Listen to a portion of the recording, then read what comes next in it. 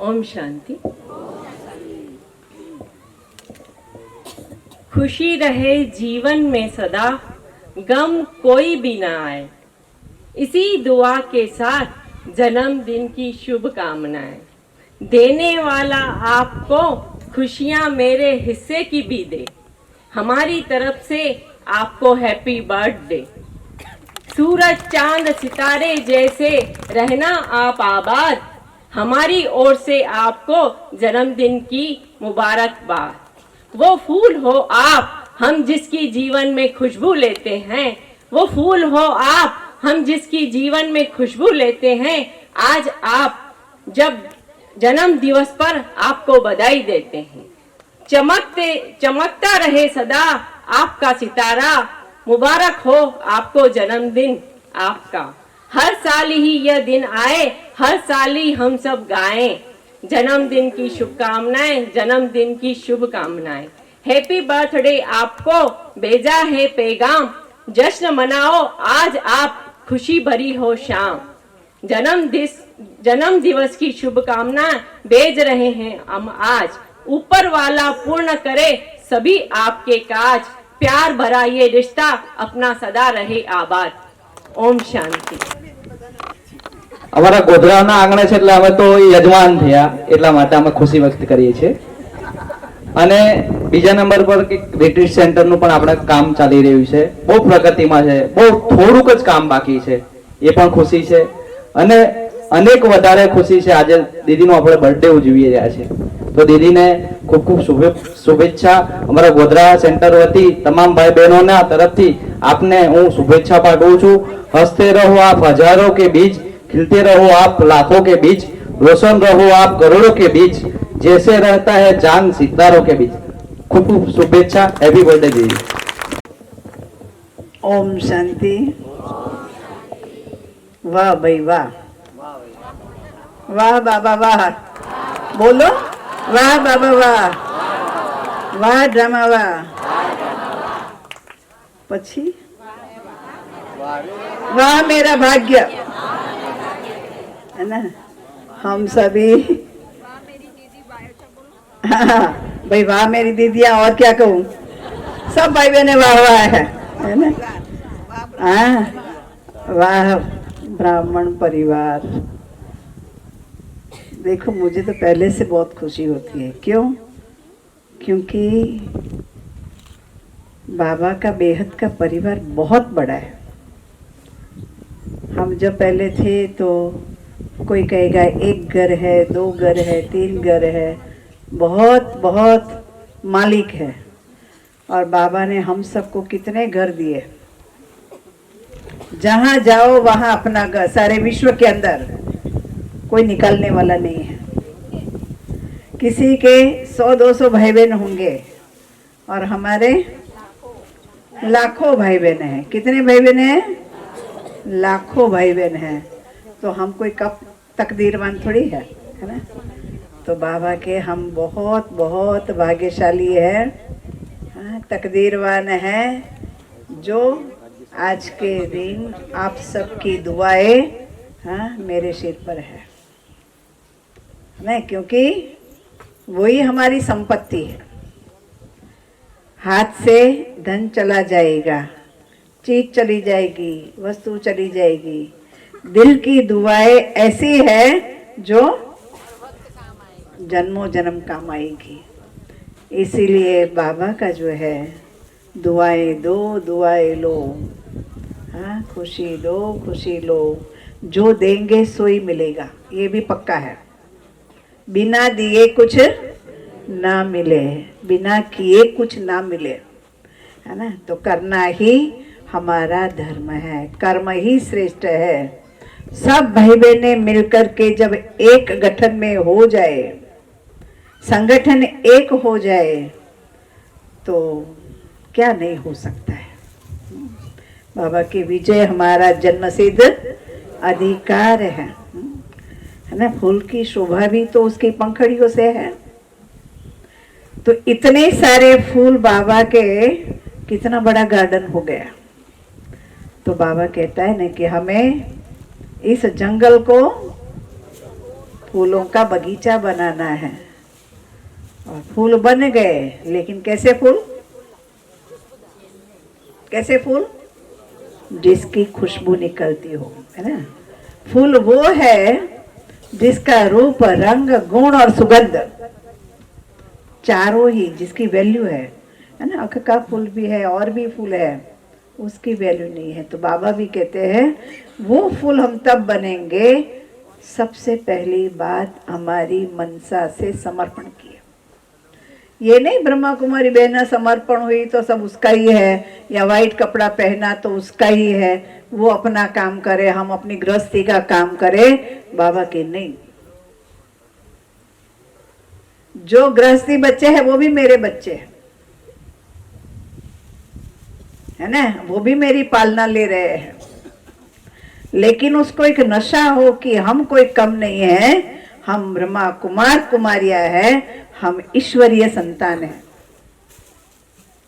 जिससे हमारा नाज, बाबा के तुम्हारी खुशी, तुम्हारा उमंग, तुम्हारा उल्लास, वो सेवा करे। हमें घर घर को स्वर्ग बनाना है। अपने अंदर नहीं, जो सुख भरेंगे तो सुख देंगे, शांति भरेंगे तो शांति देंगे, खुशी भरेंगे तो खुशी देंगे। तो बाबा के अभी इस संगम में भरपूर होने का समय है। भरपूर कब होंगे? जब अंदर से हमारा सब खाली हो जाएगा, बाबा के साथ कनेक्शन होगा, बाबा के साथ प्यार होगा। देना उसको अच्छा लगता है जिसके साथ बहुत प्यार है। प्यार होगा ना तो वो होगा, ये दो दूं, ये दो दूं, वो दे दूं, है ना। स्वाभाविक होता है देने की भावना। जैसे बाबा को हम बच्चों को देना होता है, वैसे हमारा वो प्यार बना रहे जो हमारी देने की भावना एकदम उन्नत हो जाए। और दाता जो बनता है वही देवता बनता है। इसीलिए आज के शुभ दिन पर ज्यादा कुछ नहीं करके, हाँ, सभी भाई बहने जो भी आए हैं, जो नहीं भी आए हैं, सभी भाई बहनों को बहुत बहुत धन्यवाद है, धन्यवाद है, धन्यवाद है। सबको दिल की दुआएं हैं। हाँ, सब इस नए वर्ष के अंदर खुश रहे, आबाद रहे। भगवान कहता है खुश रहो, आबाद रहो, ना विसरो, न याद करो, भूलो भी नहीं, और देह और देह के संबंधों से याद भी नहीं करो। तो बाबा की अमूल्य शिक्षाओं को अपने जीवन के अंदर ला करके हम अपने इस जीवन को सफल करें, ब्राह्मण बन करके, हाँ, जमा करें। फिर बाबा के ब्राह्मण सो देवता तो बनना ही है। इसीलिए एक बनो नेक बनो। संगठन हमारा बहुत प्यार भरा, निस्वार्थ निस्वार्थ सेवा हो, आपसी रूहानी प्यार हो, सेवा की भावना जागृत हो, एकता की भावना हो, हाँ, और बाबा के साथ हमारी अंगुली रहती रहे। हाँ, बाबा के कार्य में सदा हमारी अंगुली, हम भी इस कलयुगी पहाड़ को उठाने के अंदर गोपी गोप बन करके हमें योगी सहयोगी बनना है। तो हर एक भाई बहनों को फिर से हमारी ओर से दिल की दुआएं हैं और, हाँ, शुभ भावना, शुभकामना है। अभी हम सभी शांति से, हाँ, मीठे बाबा को बहुत प्यार भरा भोग लगाएंगे। हम सब बाबा के पास जाएंगे। संकल्प से बाबा के सन्मुख पहुंच जाओ। ये समझो कि मैं बाबा को खिला रही हूँ। बाबा ये संगठन को देख करके बहुत खुश होगा। हाँ, इसीलिए प्यार से हमें बाबा को भोग लगाना है। अच्छा, भोग के बाद, हाँ, पहले सब माताएं ऐसे ही बैठे रहेंगी, एक भी उठेगी नहीं। सब भाई बहन, भाई लोग, सॉरी, यहाँ आएंगे। हाँ, सबकी केक बाकी है ना? केक खानी है ना सबको? हाँ, कि नहीं खानी है? खानी है ना? तो केक और छोटी सी सौगात पहले भाई लोग लेंगे, उसके बाद भाई लोग भोजन पर जाएंगे और उसके बाद माताएं उठेंगी, माताओं के साथ बच्चे होंगे। तो सभी उस रीति से बिना आवाज, साइलेंस, समझा? इसीलिए सब साइलेंस से बैठे रहे। हाँ, तो अभी प्यार से हम बाबा को भोग लगाएंगे। ओम शांति।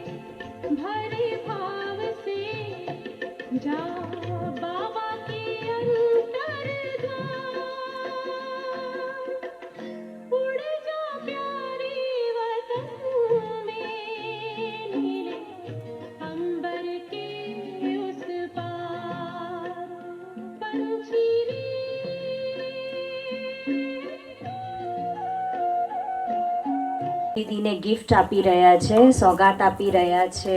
તમને ખુશી નહીં થતી બધાને? જોરદાર તાળીઓથી મીનાબેન વડોદરાથી આવ્યા છે, એ પણ આદરણીય દીદીને ગિફ્ટ આપી રહ્યા છે.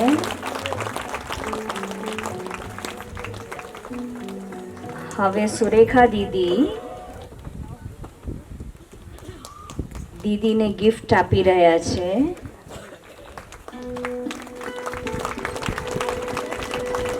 ઉર્મિલાબેન મધુબનથી આવ્યા છે, એમને ગિફ્ટ આપી રહ્યા છે.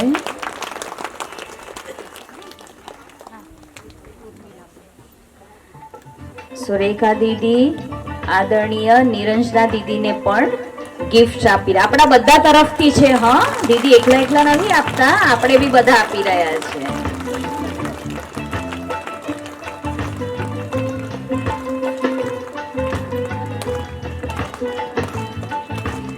મીનાબેનને પણ આપણા બધા તરફથી ગિફ્ટ છે.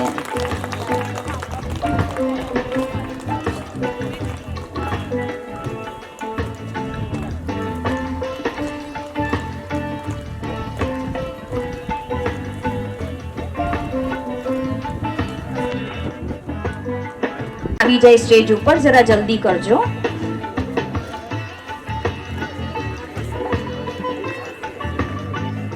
सब जल्दी जल्दी ऊपर स्टेज पर आइए. अभियान यात्री दीदी से गिफ्ट सौगात ले लीजिए.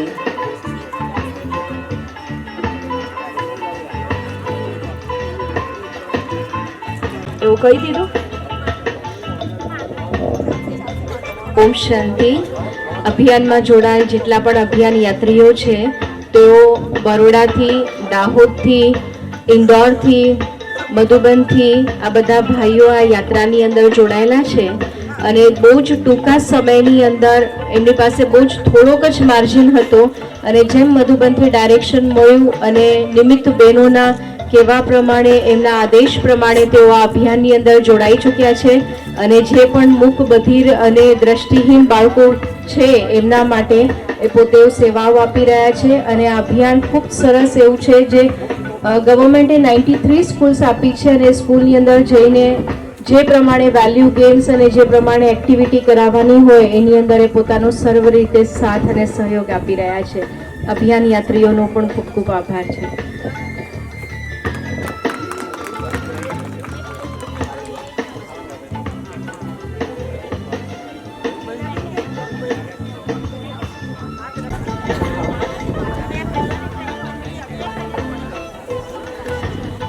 આજનો આપણો જે આ કાર્યક્રમ અલૌકિક સ્નેહ મિલન એની અંદર સૌથી પહેલા કોનો આભાર માનવાનો?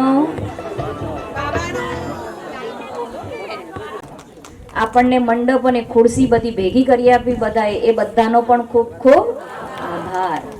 બધા સેન્ટરની બધી જ દીદીઓ આપણી પાસે આવ્યા, ખૂબ સેવા 2-3 દિવસથી કરી રહ્યા છે, એટલે બધાનો ખૂબ ખૂબ આભાર. માઈક હજી તો ચાલુ જ છે, હજી ચાલુ જ છે. સેકન્ડ, આપણે સવારે આવ્યા એટલે આવતાની સાથમાં તમે બધા અહીંયા ખુરશી પર બેસી ગયા હતા, તો શું કર્યું હતું? શું કર્યું હતું? ચા પીધી હતી. પછી બીજું તો એ કોણે કર્યું હતું? સેવાધારી બ્રહ્મભોજન, નાસ્તો, ચાય બનાવવાવાળા માતાઓ ભાઈઓ જે બી હેલ્પફુલ બન્યા એ બધાનો ખૂબ ખૂબ આભાર. હે ને? માઇક વાળા ભાઈનો, વિડીયો રેકોર્ડિંગ વાળા ભાઈનો, ફોટા પાડવા, આપણા બધાના ફોટા આવશે ખબર છે, વિડીયોમાં આપણે આવીશું બધા, હે ને? એટલે રાકેશભાઈનો ખૂબ ખૂબ આભાર. હે ને?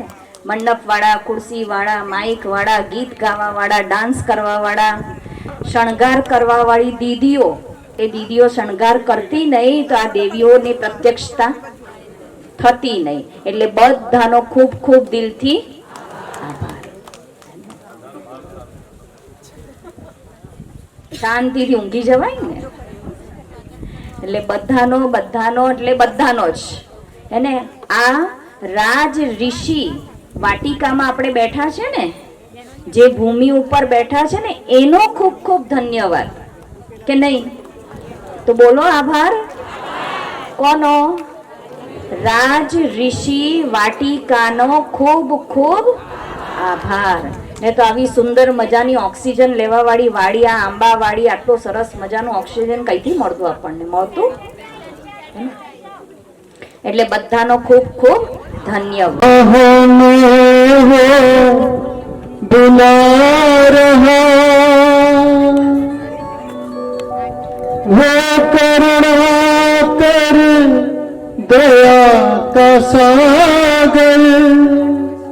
स्नेह में सबको समा रहा.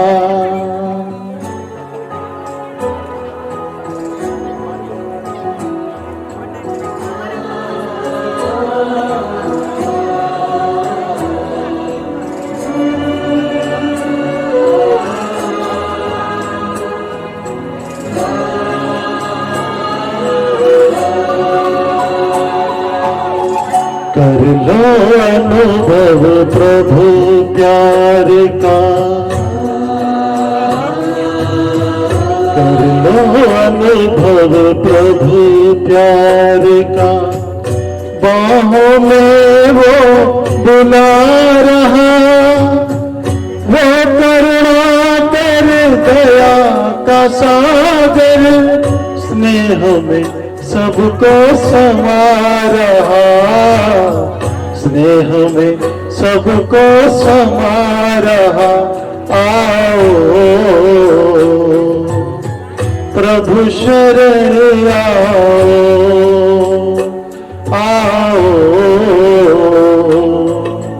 प्रभु शरण आओ.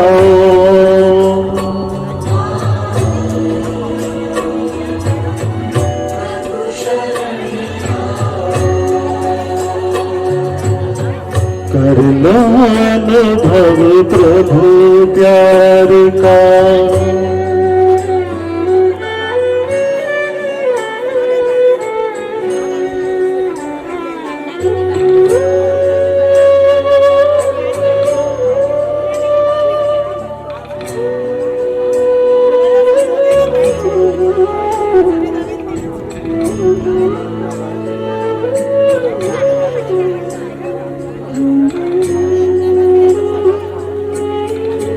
सुबह हुई जब आँख खुली तो कुछ घड़ियाँ कर प्रभु के नाम. सुबह हुई जब आँख खुली तो कुछ घड़ियाँ कर प्रभु के नाम. प्रभु किरण को हृदय में भर लो, कर लो आनंद दिव्य ललाट।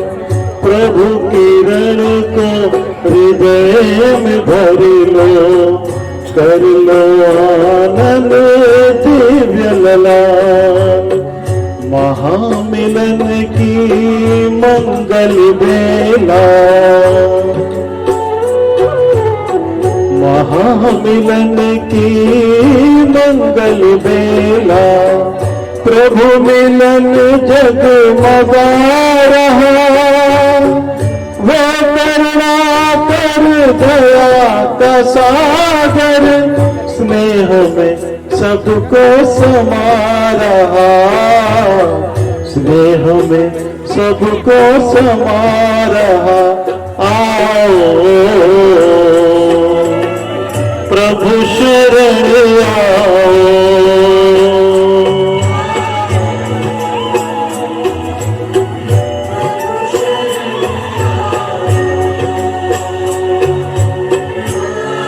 ओम शांति, ओम शांति, ओम शांति। जनवरी तपस्या का महीना है। प्यारे ब्रह्मा बाबा हमें सूक्ष्म रूप में बहुत प्रेरणाएं देते हैं। आप सब भाई बहनें बहुत देर से बैठे हैं, तो मैंने सोचा आपको थोड़ा सा घुमा दूं, थोड़ी सैर करा दूं। करेंगे सभी सैर? अच्छा बताओ, सैर करने की सबसे बढ़िया जगह कौन सी है?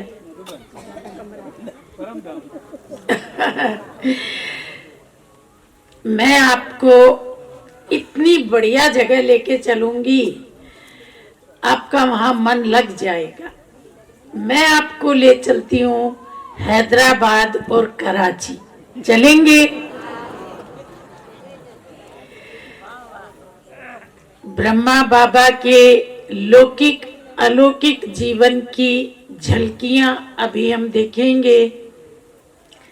आप सब जानते हैं कि ब्रह्मा बाबा लौकिक जीवन में बहुत ही मूल्य संपन्न, गुणवान, चरित्रवान, जबान के सच्चे और व्यवहार कुशल थे। ज्ञान में आने से पहले भी बाबा को कर्मों की गहन गति का ज्ञान था। तो मैं आपको अभी एक घटना सुनाती हूँ कलकत्ता की, बाद में कराची और हैदराबाद लेके आऊंगी आपको। कलकत्ता में बाबा की जो शॉप थी, उसमें थोक में हीरे जवाहरात की बिक्री होती थी। और दादी जानकी जी के एक मामा जी थे जो बाबा के मैनेजर थे दुकान की। तो एक बार एक ग्राहक आया, उसने कहा हीरे दिखाओ। बाबा तो दुकान पे थे नहीं,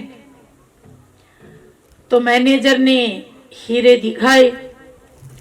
उसने हीरे की पुड़िया खोली, देखा, भाव पूछा और उसके बाद कहा कि अरे मेरी जेब में तो इतने पैसे हैं ही नहीं, मैं बस अभी गया और पैसे लेके आया और आपको पेमेंट कर दूंगा। तो वो जमाना थोड़ा विश्वास का जमाना था। वो पुड़िया ले गया और घंटे बाद वापस आया, काउंटर पे पुड़िया रख दी। बोला जी पैसे का प्रबंध नहीं हो पाया, तो मैं तो हीरे ही वापस लौटा दिए आपके। और ऐसे कह के वो चला गया। तो मैनेजर साहब ने जब पुड़िया खोली तो देखा वो तो नकली हीरे थे। अब ये तो बहुत बड़ा धोखा हो गया। ना उस व्यक्ति का नाम पता, ना उस व्यक्ति का कुछ और जानकारी। फिर बाबा आए, तो मैनेजर का दिल तो भाई इतना बड़ा घाटा हो गया, क्योंकि उस जमाने में भी हीरे तो बहुत महंगे थे। तो उसने डरते डरते बाबा को सारी बात सुनाई कि भाई मैंने ऐसे घाटा कर दिया। तो देखो बाबा ने क्या जवाब दिया। बाबा ने प्यार से कहा कि तुम अपने दिल को भारी मत करो, ये कोई लेन देन का हिसाब किताब था जो चुकता हो गया, इसमें तुम्हारा कोई दोष नहीं। 1 सेकंड में बाबा ने बात को खत्म कर दिया। कितनी बड़ी बाबा की दिल थी, कितनी बड़ी बाबा की सोच थी। व्यापार में भी बाबा कितने ऑनेस्ट थे, और हमें इस बात का गर्व है कि इतनी ऑनेस्टी से कमाया गया पैसा आज हम मधुबन में खाते। भले ही मधुबन में आज वो पैसा बाबा का डायरेक्ट नहीं है, लेकिन बाबा की कमाई तो बड़ी सच्ची थी। उस सच्ची कमाई में फिर बाकी भाई बहनों का पैसा मिला ना, तो वो भी सच्चा हो गया। फिर और भाई बहनों का पैसा मिला, वो भी सच्चा हो गया। तो आज हम जो कमाई खाते हैं वो कितनी प्योर है, कितनी सच्ची है, तभी तो हम इतने सच्चे बन पाए।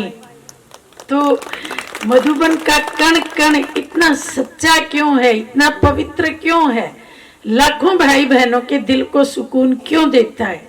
क्योंकि बाबा की कमाई बहुत पवित्र थी, और उससे बना ब्रह्मा भोजन भी बहुत पवित्र है। और फिर सेंटर भी वहीं से खुले। तो इस सेंटरों पे जो इतने बाबा के बच्चे खिंचे चले आ रहे हैं, ये उसी बाबा के आकर्षण में ही तो खिंचे चले आ रहे हैं। अब किसके आकर्षण में आए? बाबा ने ही तो बुलाया। भले निमित्त हमारी बहनें हैं, लेकिन योग तो हम शिव बाबा से लगाते हैं, और फॉलो हम किसको करते हैं? ब्रह्मा बाबा को करते हैं। तो चलिए अभी आपको कलकत्ता से हैदराबाद ले आती हूँ। हैदराबाद में आपको पता है बाबा ने हीरे जवाहरात का काम पहले सीखा था, फिर साझेदार के साथ बाबा ने अपना काम शुरू किया था। बाबा अपने काम में बड़े ऑनेस्ट थे, और बाबा भक्ति काल से 3 बजे उठते थे,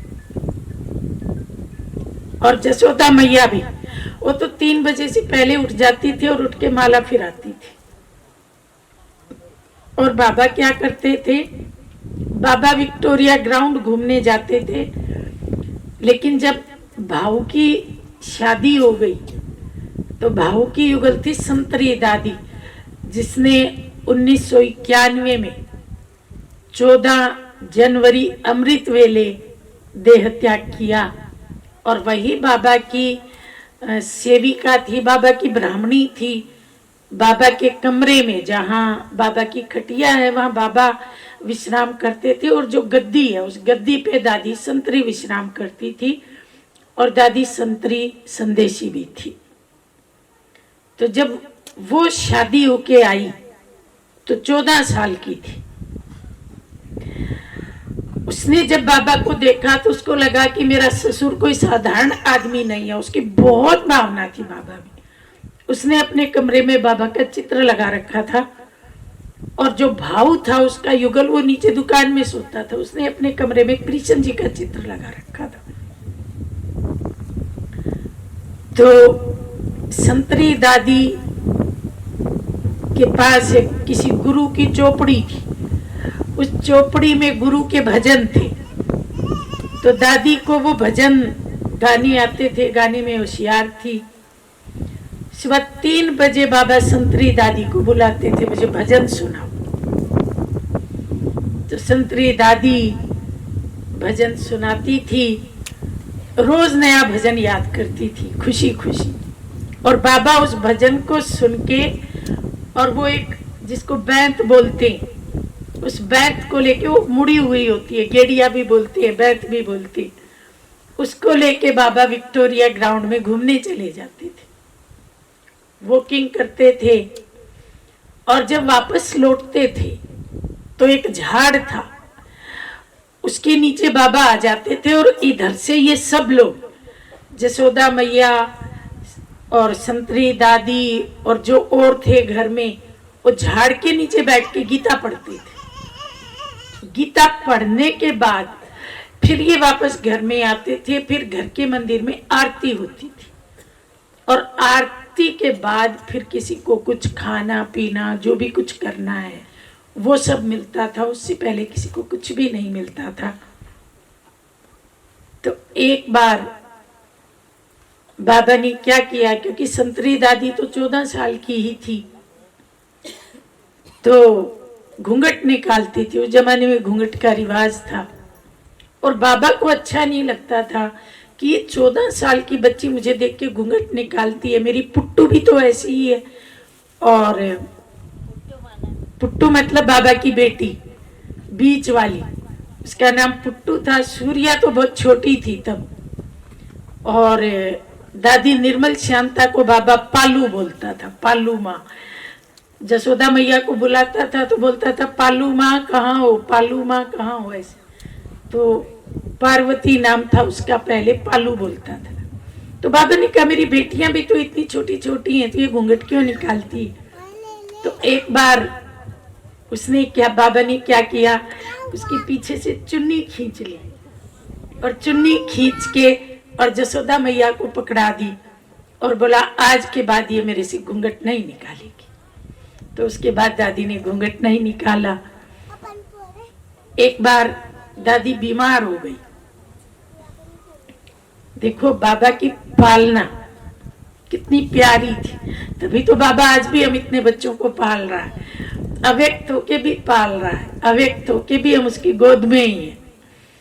तो डॉक्टर आया और डॉक्टर ने दादी को सुई लगाई। नर्स बहन थी, नर्स बहन आई, सुई लगाई दादी के कमरे में। बाबा बाहर खड़े थे। तो जब सुई लगी तो दादी के मुख से आवाज निकल गई। सुई निकलती है, दर्द लगती है, दर्द होता है तो कईयों की आवाज निकल जाती है। उसके बाद नर्स तो चली गई और बाबा ने दादी को बुलाया। बाबा ने पूछा बच्ची तुमको दर्द हुआ? बोली हाँ बाबा। तो बाबा ने कहा अरे बच्ची सुई लगे तो मुख से आवाज थोड़ी निकलनी चाहिए, बच्चे सहनशीलता होनी चाहिए। जीवन में कितने उतार चढ़ाव आते हैं, तो सहनशीलता तो हमारी ताकत है। अगर हमें वो नहीं होगी तो हम सफल कैसे होंगे। ये बाबा ने बात कब सिखाई? जब शिव बाबा की प्रवेशता नहीं थी तब सिखाई। तो दादी ने भी वो पाठ पक्का किया कि आज के बाद कुछ भी हो मेरे मुख से आवाज नहीं निकलेगी। तो एक तरफ बाबा के घर में कितने नौकर थे?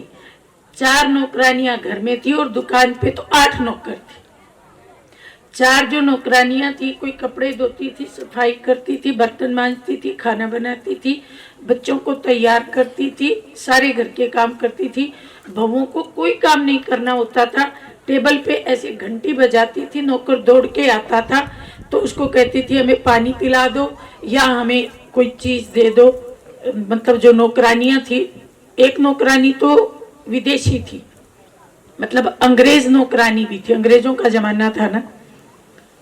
बहुएं कोई काम नहीं करती थी, इतना सुख था। लेकिन बाबा फिर भी लव और ला का बैलेंस रखते थे। ऐसे नहीं कि धन बहुत है तो बच्चों को बिगाड़ दिया। बहुत मर्यादित तरीके से, बहुत ही सुंदर बाबा ने अपने बच्चों की पालना की। तभी तो बाबा की बहुएं भी इतनी महान बनी, बेटी भी इतनी महान बनी, बेटे भी इतने महान बने। जब बाबा ने बड़े बच्चे की शादी की, यानी कि किशन की शादी की, तो किशन की जो युगल थी वो थी राधे, जिसको बाद में बाबा ने ब्रजेंद्रा नाम दिया। तो ब्रजेंद्रा दादी बाल्यकाल से चाहती थी कि मुझे शादी नहीं करनी है, मैं मीरा बनूंगी। ब्रजेंद्रा दादी को पिता नहीं था, भाई था बड़ा, और बड़ा भाई इसको बेटी की तरह मानता था, बहुत प्यार करता था इसको। तो इसकी कई जगह से सगाई आई लेकिन इसने मना कर दिया, मैं नहीं करूंगी, मेरे को मीरा ही बनना है, मेरे को मीरा ही बनना है। फिर क्या हुआ कि ब्रजेंद्रा दादी की जान पहचान की कोई लड़का था, उसकी शादी हुई बाबा के परिवार में। मतलब बाबा के परिवार की कोई लड़की ब्रजेंद्रा दादी के परिवार में आई लड़की, और वो दहेज में एक चांदी का मंदिर और गीता लेके आई। तो ब्रजेंद्रा दादी को पता पड़ा कि ये बाबा ने दी है, क्योंकि बाबा जब भी गिफ्ट देते थे तो यही वाली गिफ्ट देते थे, और अपनी बेटियों को भी बाबा ने ये गिफ्ट दी थी।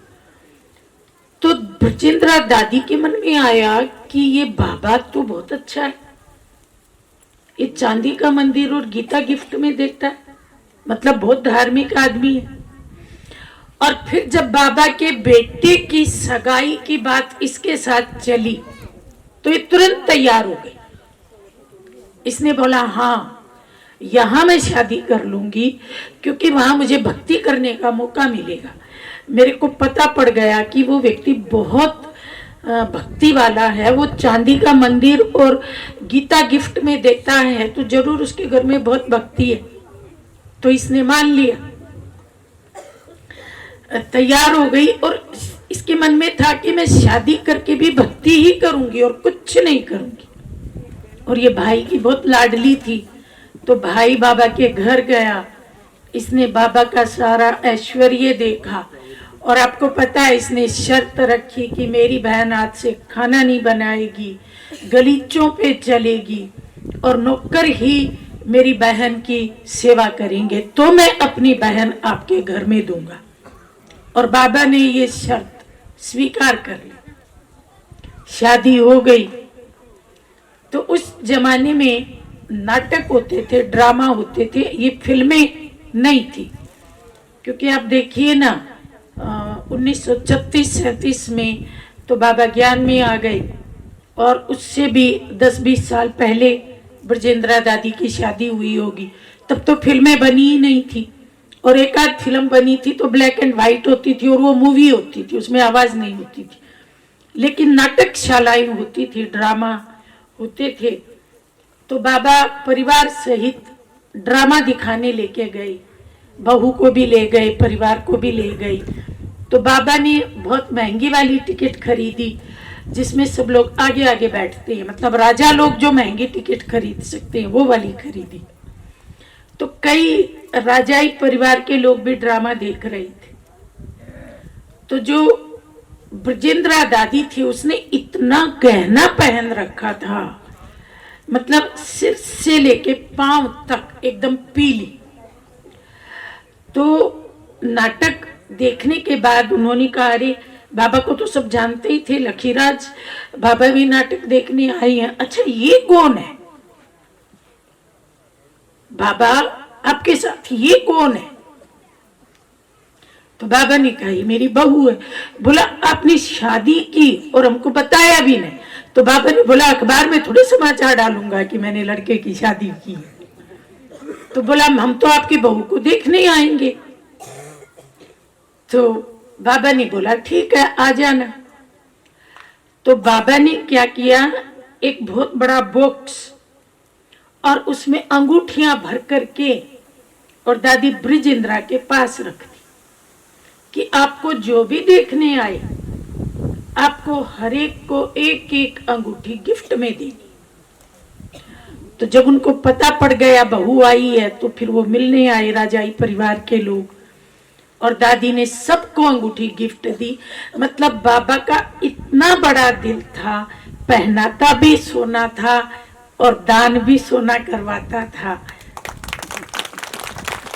सोने में ही खेलता था।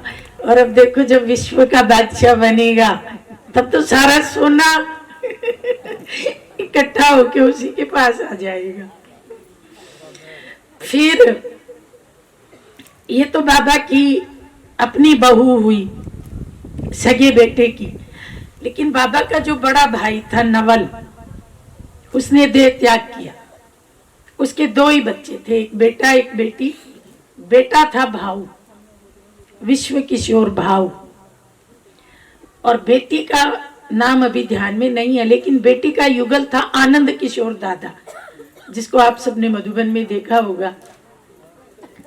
तो जब जब नवल भाई ने शरीर छोड़ा, नवल की जो युगल थी वो जसोदा की बुआ थी, मतलब बुआ भतीजी दोनों एक ही घर में थी। बुआ ने ही बाबा की शादी करवाई थी जसोदा के साथ। तो नवल के शरीर छोड़ने के बाद बाबा ने अपने भाई के बच्चों को अपने साथ ही मिला लिया। मतलब पहले बाबा के 5 बच्चे थे, अब बाबा के 7 बच्चे हो गए। तो बाबा ने उस बहन की भी शादी की और भाऊ को बाबा ने दुकान खुलवा के दी कलकत्ता में। जैसे बाबा की दुकान 5वें मरले पे थी उसी बिल्डिंग में, तो भाऊ की दुकान उन्होंने समझो 4थे मरले पे खुलवा दी। भाऊ की जो दुकान थी उसमें खुदरा हीरे जवाहरात बिकते थे और बाबा की दुकान में थोक में बिकते थे। तो कोई थोक ग्राहक आता था तो भाऊ उसको ऊपर बेचता था, और कोई खुदरा ग्राहक आता था तो बाबा के जो सेवक थे वो उसको नीचे की दुकान में भेजते थे। तो ऐसे दोनों दुकानें बहुत चलती थी। बाद में जब बाबा समर्पित हुआ तो भाऊ भी समर्पित हो गया। भाऊ ने अपनी दुकान और सब कुछ समर्पित कर दिया। भाऊ का एक ही बेटा था। तो और जो बेटी थी, मतलब भाऊ की बहन थी, वो भी समर्पित हो गई। आनंद किशोर भी दादा भी समर्पित हो गए और उनका भी एक ही बच्चा था। ऐसे ये अपनी उनकी भी हीरे जवाहरात की दुकान थी, तो बाबा के साथ ये भी समर्पित हो गए दोनों। तो भाऊ की युगल संतरी दादी एक बार बाबा ने उनसे पूछा कि बच्ची तुम समर्पित हो गई? उसने कहा हाँ बाबा, हमारा तो सब कुछ समर्पित हो गया। मतलब कराची में ही सब कुछ बाबा को उन्होंने दे दिया था। तो बाबा ने कहा नहीं बच्ची, अभी तो समर्पित नहीं हुई। तो कहा मैं समर्पित नहीं हुई, अभी बाबा मेरे पास बचा क्या है? ये भी सीखने वाली बात है। तो बाबा ने कहा बच्ची, तेरे नाम से तेरे पीहर में कुछ पड़ा हुआ है। तो उसकी माँ भी क्लास करने आती थी। तो उसने कहा माँ, मेरे नाम से पीहर में क्या पड़ा हुआ है? तो माँ भी याद करने लगी। तो उसको याद आया, क्योंकि पुराने जमाने में ये लोग चांदी के बर्तनों में खाना खाते थे। तो जब लड़की की शादी हो गई तो वो पुराने चांदी के बर्तन एक जगह रख दिए। फिर मान लो कोई बार, कोई त्योहार, कुछ भी हुआ तो कोई गिफ्ट मिली, वो भी वहीं कोई अलमीरा थी उसमें डाल दी। बोली हाँ बेटा, तेरे नाम की कुछ चांदी की चीजें पड़ी हुई। तो बोला माँ तू कल ले आना। तो वो ले आई। अगले दिन उसने बाबा को दे दी। तो बाबा ने कहा हाँ बच्ची, अब तू समर्पित हो गई। तो मतलब ये है कि हमें नहीं पता, लेकिन हमारे नाम से किसी के पास कोई हमारा पैसा पड़ा है, कोई जमीन पड़ी है, कोई गिफ्ट पड़ी है, कोई चांदी की चीज पड़ी है, कोई बैंक में खाता पड़ा है, बंद हो गया, हमको पता ही नहीं, लेकिन है तो हमारे नाम का। तो हमें वो भी तो निकलवा के सफल करना है ना। वो भी अगर व्यर्थ गया तो फिर हमारे भाग्य में से कट हो जाएगा। तो आज आप एकांत में बैठ के विचार करना कि भाई मेरे नाम से कहीं कोई चीज पड़ी तो नहीं है, क्योंकि अंतिम समय है, अंतिम घड़ियां हैं, सब कुछ हमको सफल करना है।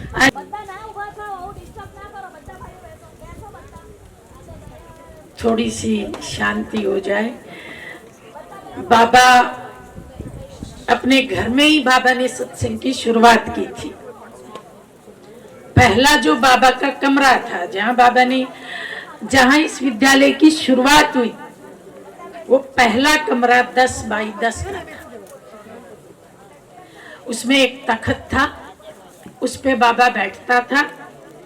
और उसी कमरे में जो हमारी दादियाँ आई, प्रकाशमणि दादी आई, मनोहर दादी आई, लीला दादी आई, गंगे दादी आई, उसी कमरे में साक्षात्कार हुआ।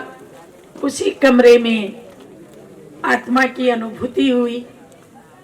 लेकिन बाद में वो कमरा छोटा पड़ गया, तो बाबा ने बाजू के कमरे की दीवार तोड़ी और 2 कमरों को एक बना दिया। तो अब थोड़ा बड़ा हो गया, लेकिन आने वालों की संख्या तो ऐसे बढ़ रही थी, हर रोज नई नई आत्माएं आती जाती थी। फिर बाबा ने एक और दीवार तोड़ी, फिर 3 कमरे मिलके और बड़ा हो गया, फिर भी छोटा पड़ने लगा।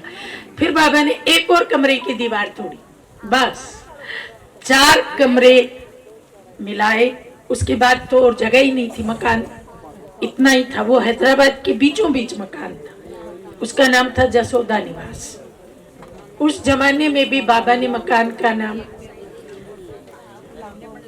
अपनी युगल के नाम पे रखा, जब लोग बहनों की कोई कदर ही नहीं करती थी।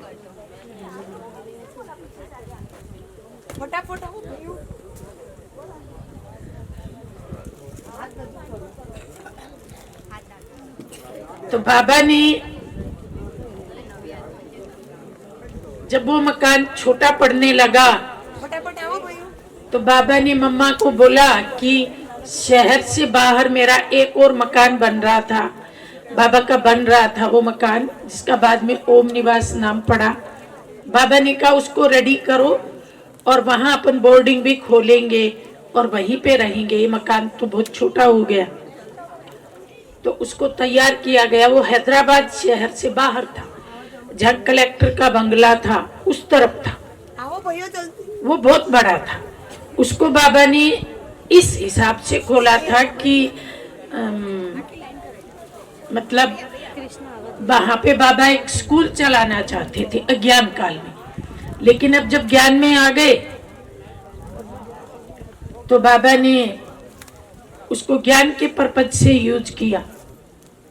और फिर भाऊ को कहा कि आप बाजार में जाके देखो कि प्रॉपर्टी सेल हो रही है क्या, कोई खरीदार है क्या, क्योंकि वो जो जसोदा निवास था उसको सेल करना था।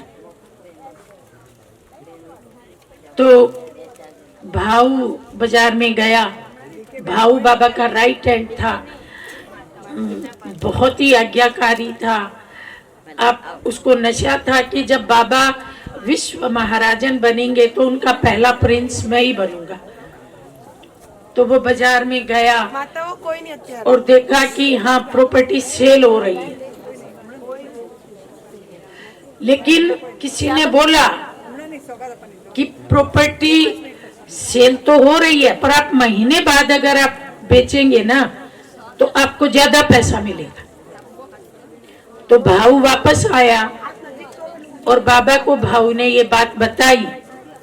तो देखो बाबा ने क्या जवाब दिया, ये भी सीखने वाली बात है। क्या जवाब दिया बाबा ने? बाबा ने कहा अरे बच्ची, महीने बाद तो विनाश हो जाएगा, इसलिए अब भी बेचो। तो बाबा ने उसको तुरंत बिकवा दिया। बाबा ने कभी किसी काम के लिए इंतजार नहीं किया। बाबा कहते थे अभी नहीं तो कभी नहीं, कल नाम काल का है। तो वो बिक गई। और मान लीजिए बाबा रुक जाते तो क्या होता, कई लोग रुकते हैं ना। मान लो बाबा महीने बाद जाते और महीने बाद कोई कान में फूंक मार देता कि 6 महीने बाद यही प्रॉपर्टी दुगने दामों में बिकेगी, अब 6 महीने और रुक जाओ। तो रुकते रुकते रुकते सारा भगवान का काम ही रुक जाता। लेकिन बाबा ने कोई काम रुकने नहीं दिया। यहाँ भी बहुत भाई बहन बैठे होंगे जो सोचते होंगे कि इस प्लॉट को बेचेंगे, दुगने दाम हो जाएंगे तब बेचेंगे। अरे दाम दुगने होंगे तो महंगाई भी तो उतनी बढ़ जाएगी। वो दुगना दाम दिखता है, लेकिन वो दुगने दाम में कोई दम नहीं होता, क्योंकि जो 50 रुपया 1950 में जिस कीमत थी, आज उस 50 रुपए की क्या कीमत? तो करेंसी तो डाउन जाती जा रही है, महंगाई बढ़ रही है, इसलिए जो करना है वो अभी करो। इसलिए बाबा का नारा है तुरंत दान महापुण्य। संकल्प किया और किया तो वो महापुण्य बनेगा। सोचा 6 महीने पहले और आज किया तो वो महापुण्य नहीं, पुण्य ही रह जाता है। अभी आपको मैं, हाँ, जो ओम निवास था उसके बाहर एक बोर्ड लगा हुआ था। उस बोर्ड पे क्या लिखा था? यहाँ रोना मना है। और दूसरा लिखा था यहाँ दुख देना और दुख लेना मना है। ऐसा बोर्ड कहीं देखा? ये ओम निवास के बाहर का बोर्ड था। और अंदर थे 80 बच्चे पढ़ने वाले जो टॉप फ्लोर पे रहते थे, और बीच के फ्लोर में उनकी क्लासेस चलती थी, और ग्राउंड फ्लोर में बाबा, बाबा का परिवार और सब दादियां, ये सब लोग रहते थे।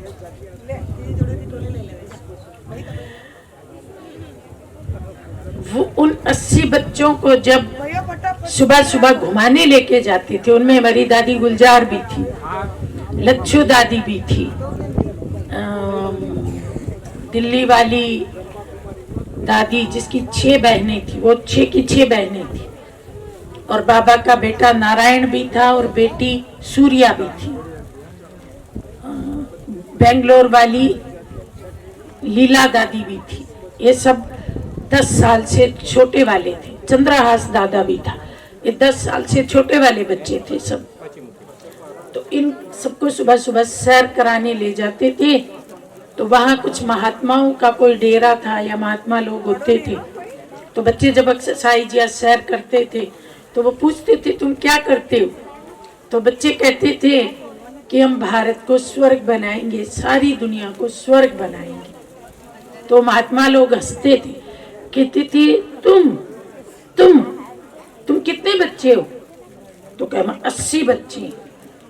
तुम 80 बच्चे भारत को स्वर्ग बनाएंगे, क्योंकि तब तो भारत पाकिस्तान एक ही था, सारी दुनिया को स्वर्ग बनाओगे? तो बच्चे कहते थे हाँ। कैसे बनाओगे तुम छोटे छोटे? कहते थे आपने पांडवों की कहानी सुनी है? तो महात्मा लोग कहते थे हाँ। तो बच्चे कहते थे जब 5 पांडव दुनिया को बदल सकते हैं तो हम तो 80 हैं, 80, हम क्या नहीं कर सकते? तो महात्मा लोग बच्चों का मुंह ही देखते रह जाते थे, क्योंकि बच्चे इतने नशे से बोलते थे। एक बार बस थी, बस की दुर्घटना हो गई और बच्चों को भी चोट लगी। तो उनमें हमारी एक राधे दादी भी थी, जो कृष्णा नगर वाली कमलमणि दादी थी, उसकी बहन। ये 6 बहनें समर्पित हुई थी। राधे दादी लास्ट में तो बेंगलोर में थी। तो बस ऐसे गिरी और वो हाथ बस के नीचे रह गया और वो वहीं गिरी पड़ी है। कोई आया, बोला तुम उठती क्यों नहीं हो? बोले मेरा हाथ नहीं निकलता। तो हाथ निकाला तो हाथ बिल्कुल जैसे बेकार हो गया था, फिर हाथ को काटना पड़ा।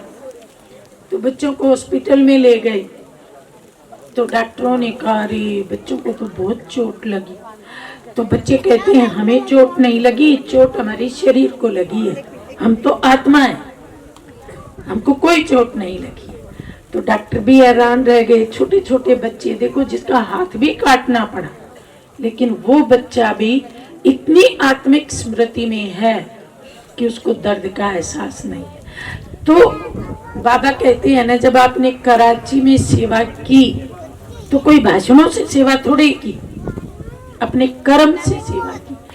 मतलब बाबा ने ऐसे कर्म सिखाए, उन कर्मों को देख देख के लोग प्रेरित होते थे। उसके बाद आप सब जानते हैं 14 साल के बाद यज्ञ भारत में आया, मतलब माउंट आबू में आया। माउंट आबू में आया सारा पैसा तो खत्म हो गया था। बेगरी पार्ट शुरू हुआ 1950 से 1960 तक, यज्ञ का बेगरी पार्ट। मनोहर दादी सुनाती थी कि उन दिनों हम भोजन तो कम खाते थे, लेकिन परम धाम में रहते थे, भूख नहीं लगती थी। तो शरीर तो हमारे दुबले हो गए, लेकिन मन बहुत शक्तिशाली हो गए। एक बार ईशु दादी और 2-3 बहनें और थी, सबको डायरिया हो गया। तो भाऊ आया, भाऊ ने कहा क्या हुआ भाई, क्या बात है? तो बोला हम 3-4 बहनों को ना डायरिया हो गया। तो भाऊ ने अपनी जेब में हाथ डाला, वो जेब में से पता नहीं 10 पैसे निकले कि 1 रुपया निकला। तो बाजार में गया और डॉक्टर को कहा कि भाई दवा दे दो डायरिया की। अब उस 1 रुपए में 1 गोली आई, वो गोली पता नहीं 1 रुपया था, 50 पैसे ही थे, जो भी था, पर गोली 1 आई। अब 4 बहनों को डायरिया। अब वो गोली ले तो आया, और गोली हाथ में लिए खड़ा खड़ा सोच रहा है। इतनी देर में बाबा आ गए। बाबा ने कहा बच्ची क्या हुआ? बोला बाबा 4 बहनों को डायरिया है, गोली 1। बाबा ने कहा ला बच्ची गोली दी। बाबा ने उसके 4 टुकड़े किए, 4 बहनों को खिला दिया और 4 बहनें ठीक हो गई।